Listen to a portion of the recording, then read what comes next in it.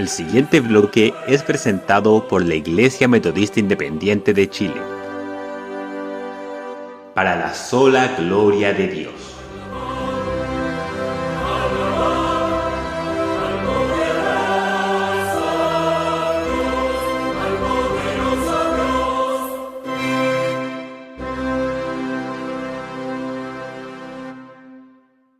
¿Cómo estudiar la Biblia con el propósito de enseñarla a otros?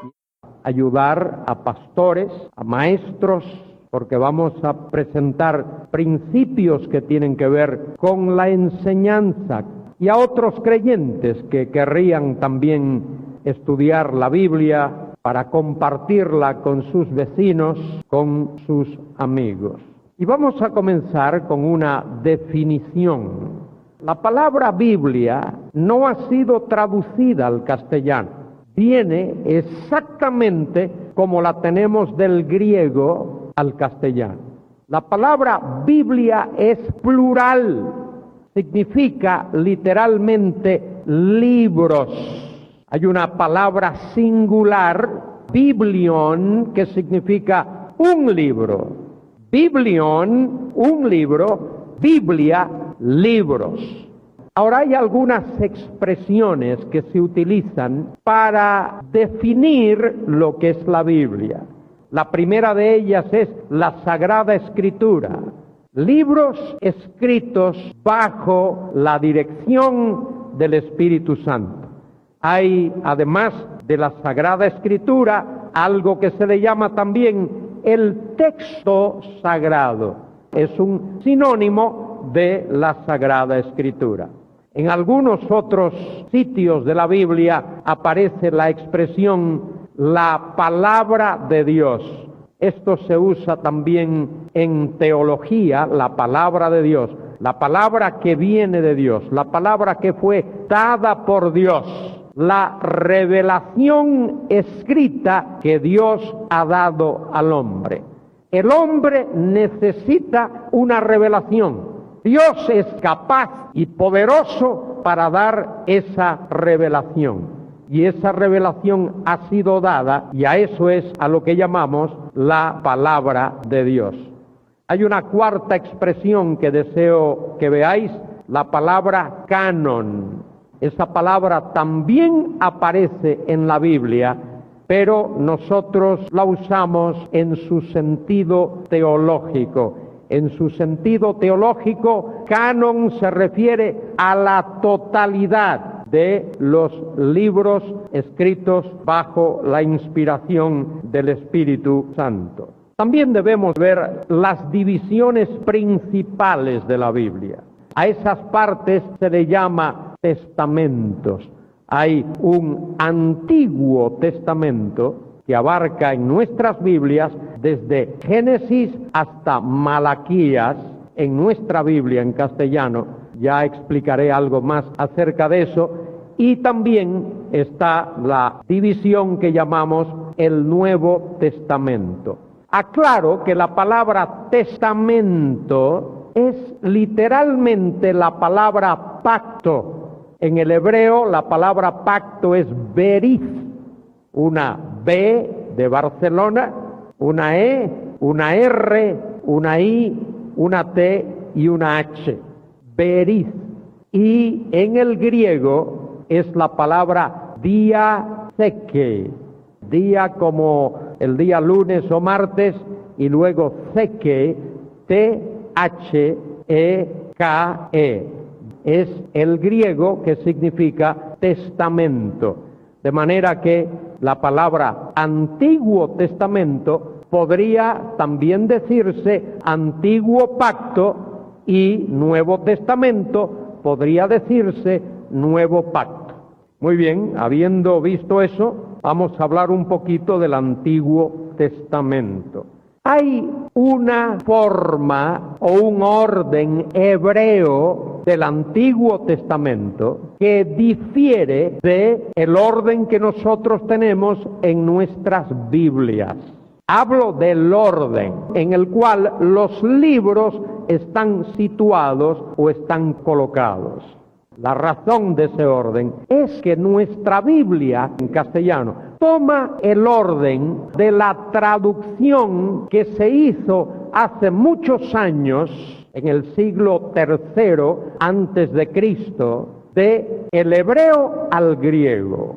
Esa versión o traducción de la Biblia del hebreo al griego que se hizo por el año 250 antes de Cristo, a eso se le llama la Septuaginta, hasta mediados del siglo II, es decir, hasta cerca del año 150. Y esto es lo que deseo que recordéis ahora. El orden que nosotros tenemos en nuestra Biblia en castellano procede de esa Septuaginta, de esa versión griega, no procede de la Biblia en hebreo. De manera que hay un orden de libros en la Biblia en hebreo.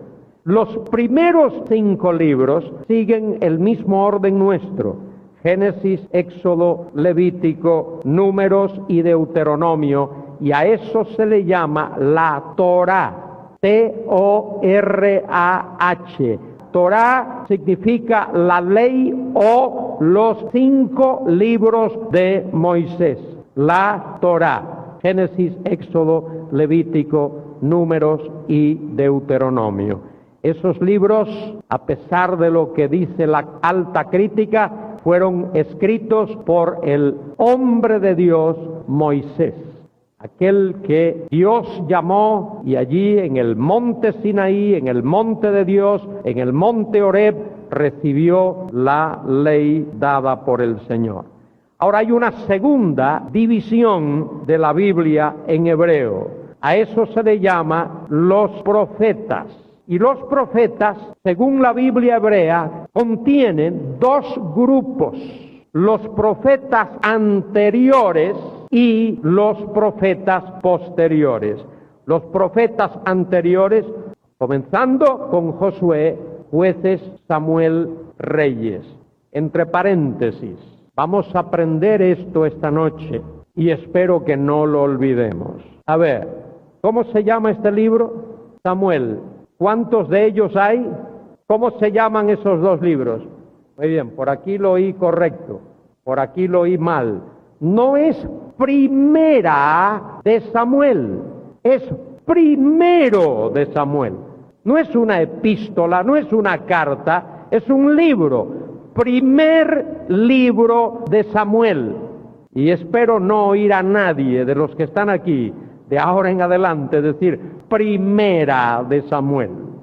Ni tampoco es primera de Reyes. Es como primero de Reyes, primer libro de Reyes y segundo libro de Reyes. Muy bien. Y luego vienen los profetas posteriores. Ahí tenemos Isaías, Jeremías, Ezequiel y los 12. Los 12 son lo que nosotros llamamos los 12 profetas menores, que comienza con Oseas y termina con Malaquías. Hay una tercera división de la Biblia en hebreo, y a esa tercera división se le llama la literatura, los libros literarios. A eso en el hebreo se le llama ketubim, ya lo veremos más adelante. La ley se llama la Torá, los profetas neviim, porque la palabra neví en hebreo es la palabra profeta, de manera que neviim es el plural y se le llama profetas. Y luego los libros de la literatura o los libros de sabiduría. Libros poéticos, en primer lugar, Salmos, Proverbios, Job. Luego los 5 rollos que se le llama Megilot. Y ahí están Cantar de los Cantares, Ruth, Lamentaciones, Esther y Eclesiastés. Y luego hay los llamados libros históricos. Muy bien, ¿cuáles son los libros históricos? Y esto es importante. Esto que voy a decir ahora es importante. El que tenga oídos para oír, que oiga. Y el que tenga un boli para escribir, que escriba. Aquí están esos libros históricos, que son libro de Daniel, Esdras, Nehemías y segundo libro de Crónicas. ¿Por qué aparece al final de todo? ¿Por qué aparece al final de todo Daniel, Esdras, Nehemías y Crónicas? ¿Y cómo sería ese libro último, Crónicas? Primero de Crónicas y segundo de Crónicas. ¿Por qué aparece al final de todo Daniel, Esdras, Nehemías y segundo de Crónicas? Algunos, particularmente de la escuela liberal, dicen sencillamente es porque esos libros no se habían escrito. Por ejemplo, Daniel no se había escrito cuando se escribieron los libros proféticos que tenemos aquí. Y por lo tanto, Daniel, al no haber sido escrito, no se incluyó entre los libros proféticos. Lo mismo con los libros de Esdras y Nehemías. Y lo mismo con los libros de Crónicas. Pero la escuela conservadora no acepta eso. Yo no acepto eso. Creo que Daniel fue escrito por el profeta Daniel, así designado por Cristo en Mateo 24:15. Cristo ya lo llama el profeta Daniel. Creo que fue ese hombre, Daniel, quien escribió ese libro que lleva su nombre no más tarde del año 525 antes de Cristo. Ahora, ¿cuál es el problema? ¿Qué es lo que causa que esos tres libros estén colocados al final en el canon hebreo? No os olvidéis de eso. En la Biblia en hebreo. Os voy a decir por qué. Los hebreos diferenciaban entre un profeta de profesión y alguien que no era un profeta de profesión. Daniel, por ejemplo, no era un profeta de profesión. Daniel era un primer ministro en una corte pagana, primero con Babilonia o Neobabilonia, luego con los medos y los persas. De manera que Daniel no era visto como un profeta como Isaías o Jeremías o Ezequiel o también Oseas o Joel o Amós. Daniel era considerado como un hombre, oídme bien, que tenía el don de profeta, pero su profesión no era ser profeta. Y lo mismo ocurre con Esdras y Nehemías.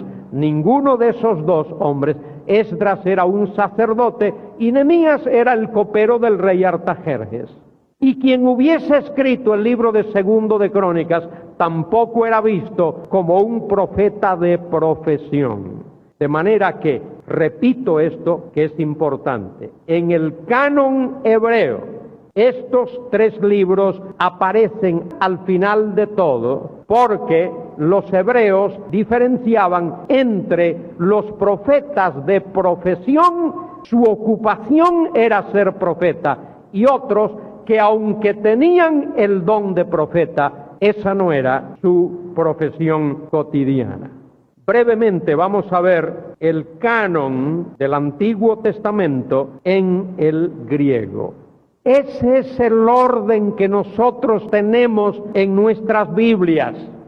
En nuestras Biblias, repito, se sigue el orden que aparece en la Septuaginta. Debo añadir lo siguiente. La Septuaginta se tradujo lentamente. Duró 100 años, un siglo, completar la Septuaginta. Los primeros 5 libros, los libros de Moisés, se tradujeron un poco más rápidamente, los otros con mayor lentitud. Cuando se terminó la Septuaginta, por el año 150 antes de Cristo, en ese período de tiempo se había escrito y publicado libros que no eran inspirados, que no eran canónicos. Algunos de esos libros fueron a parar a la Septuaginta. Libros como el primero de Macabeos y el segundo de Macabeos y otros.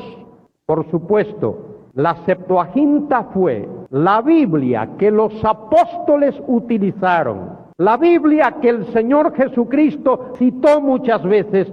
Los textos que él citó procedían de la Septuaginta.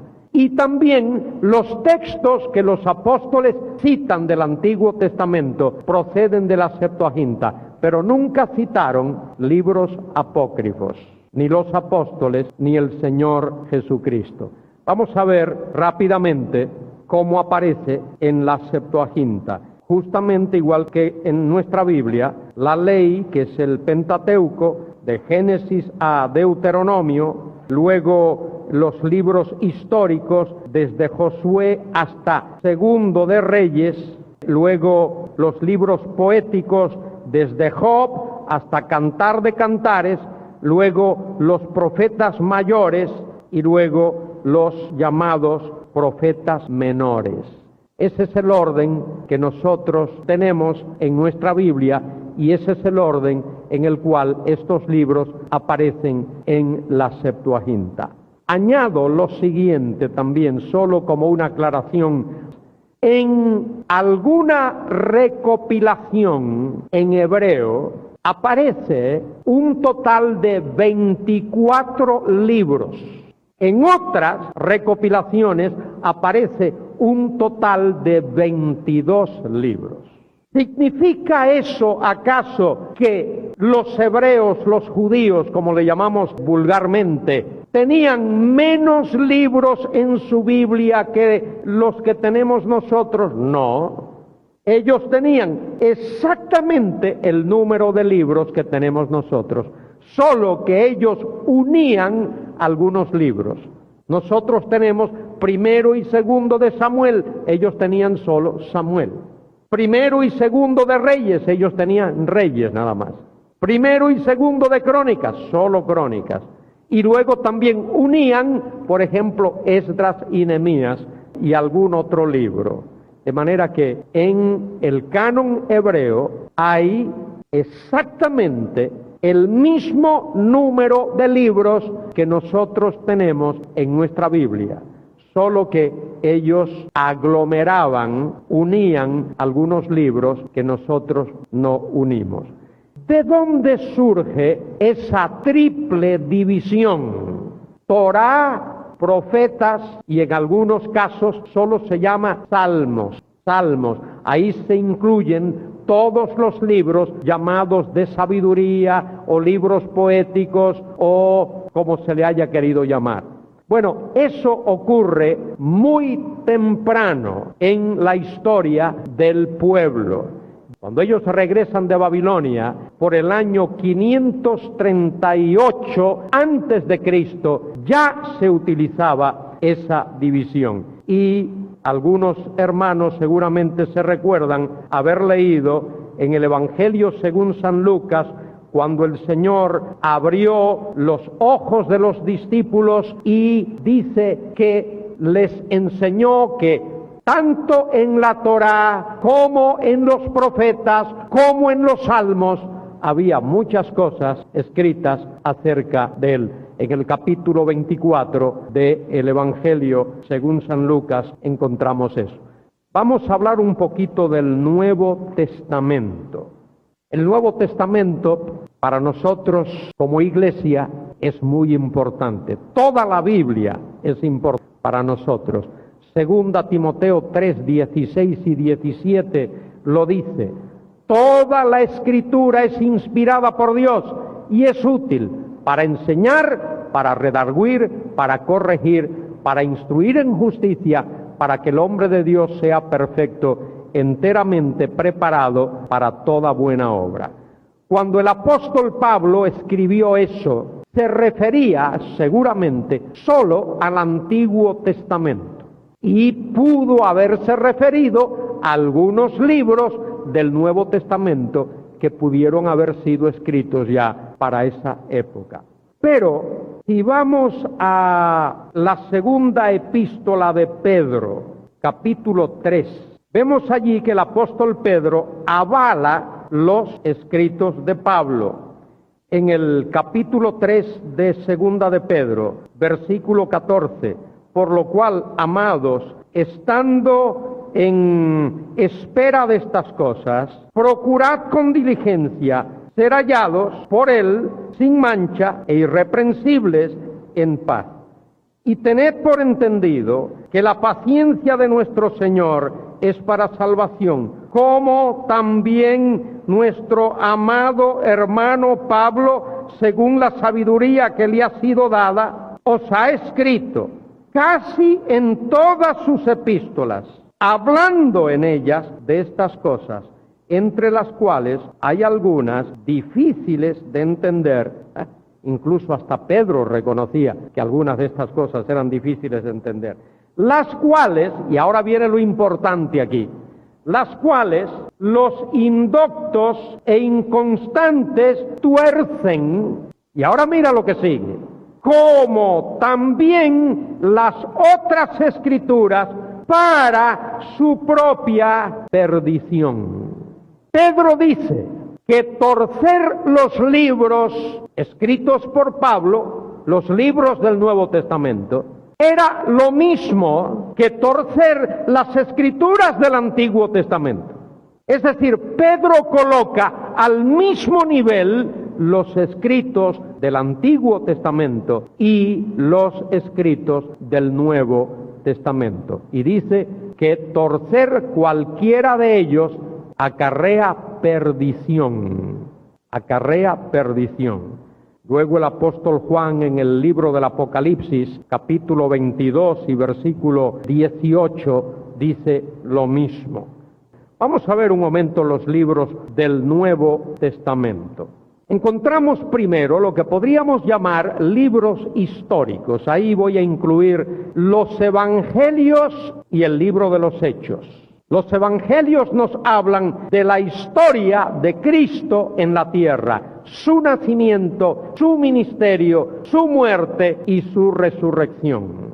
Y el libro de los Hechos nos habla del nacimiento, del comienzo de la iglesia en la tierra, a partir del día de Pentecostés, su crecimiento en Jerusalén, toda Judea, su extensión a Samaria y luego hasta lo último de la tierra. Y termina el libro de los Hechos con la llegada de Pablo a Roma y su encarcelamiento en Roma.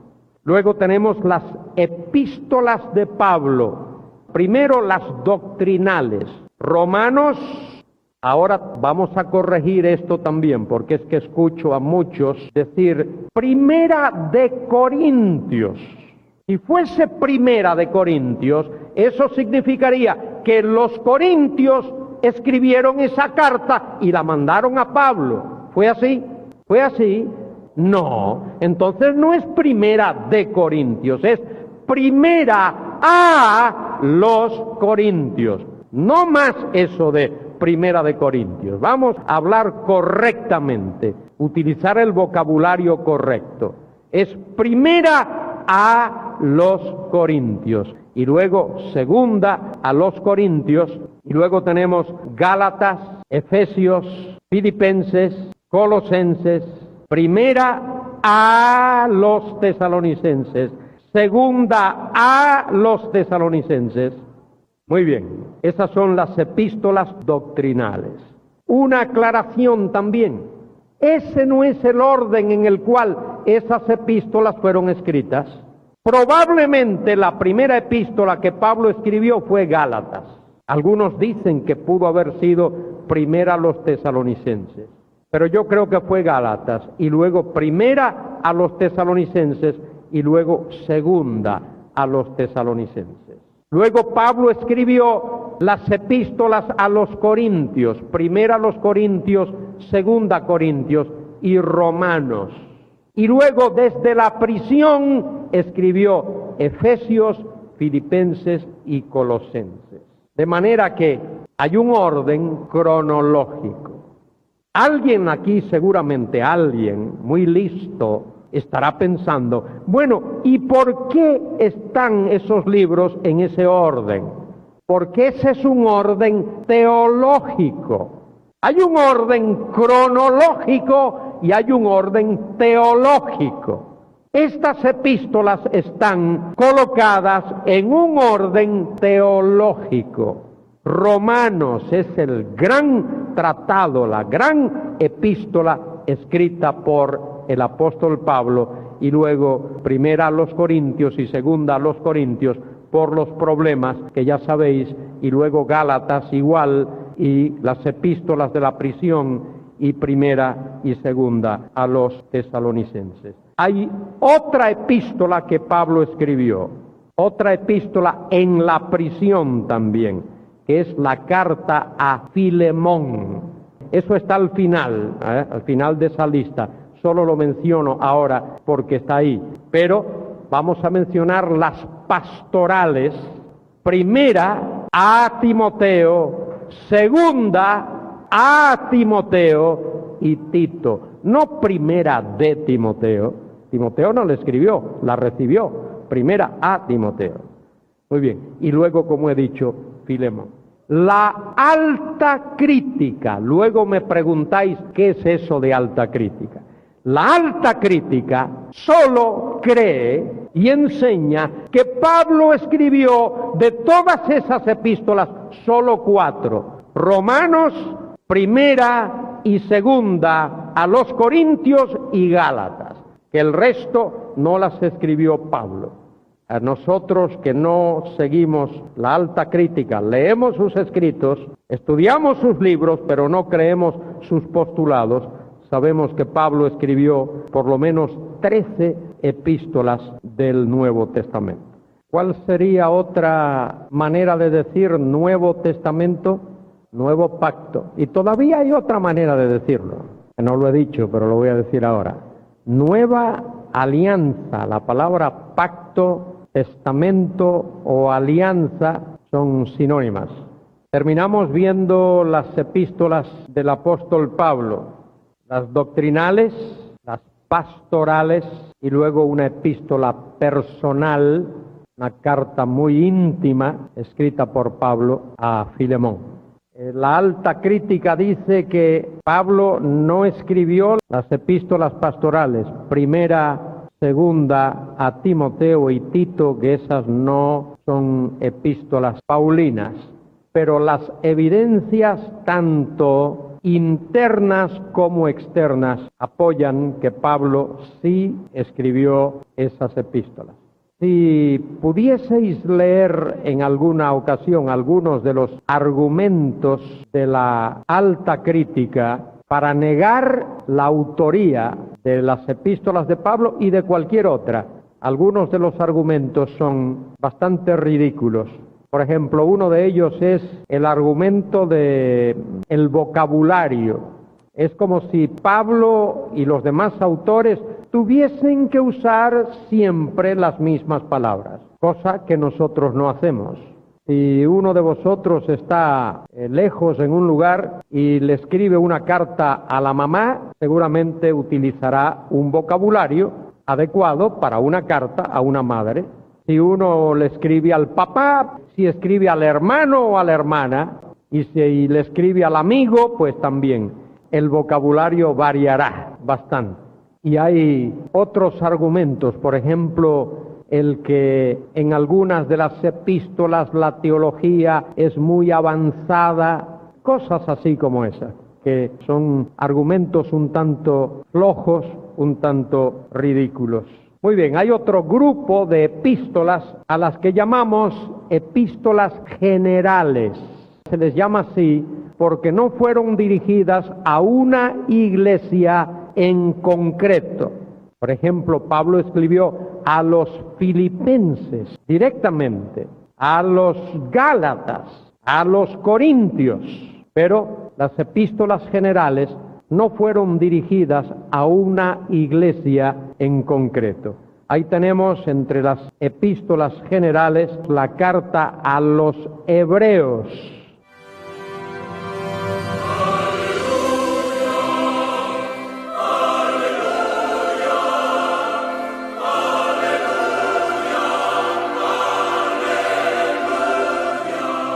Y aquí concluye nuestro programa de hoy.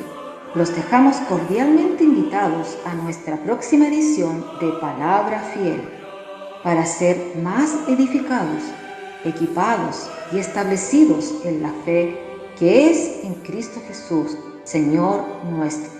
El Señor les bendiga.